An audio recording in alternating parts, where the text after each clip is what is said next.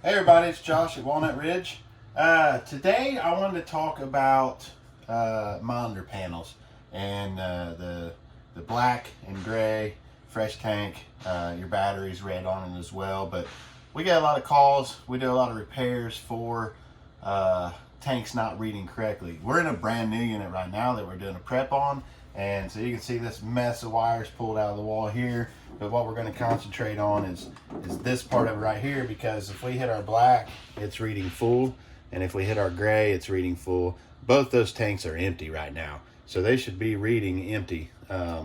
Fresh tank's empty, it's reading correctly. The other black tank's reading correctly. The other gray tank, actually we probably have two gray tanks reading full, unless he's not emptied that tank yet. But so I wanted to talk about what could be going on. This one being brand new, we know that we most likely have either a wiring issue or some kind of component issue that can go on with these tanks. And I have a couple of samples for us to look at.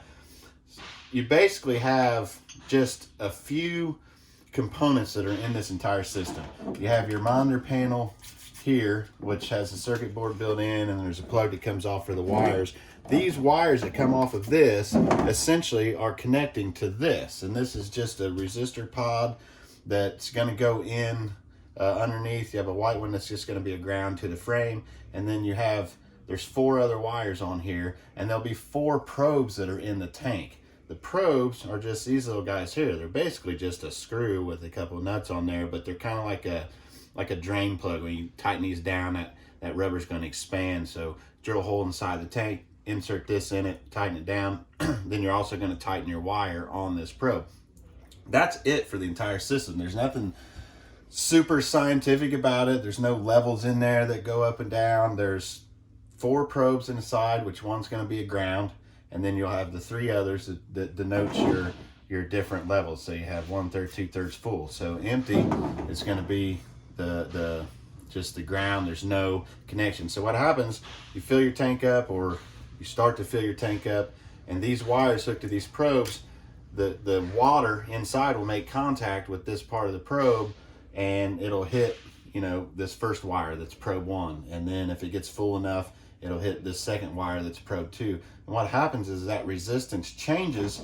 So when you send a power signal to it, the board sees what resistance that it is. It knows what light to light up on the panel.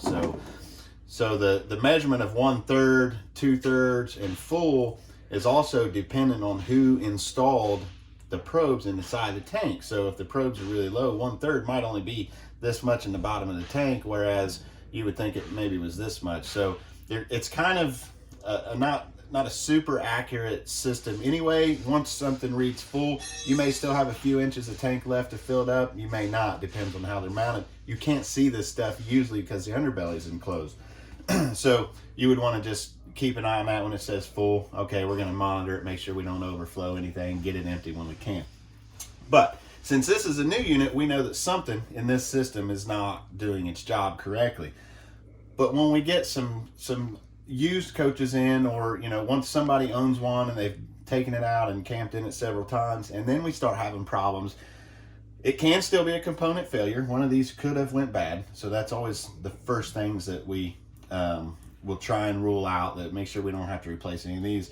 But the more simple things that it may be is you could have debris in the tank stuck on these sensors, which is going to block it. It's going to give it some erratic readings on here if it doesn't have good liquid content to make that connection.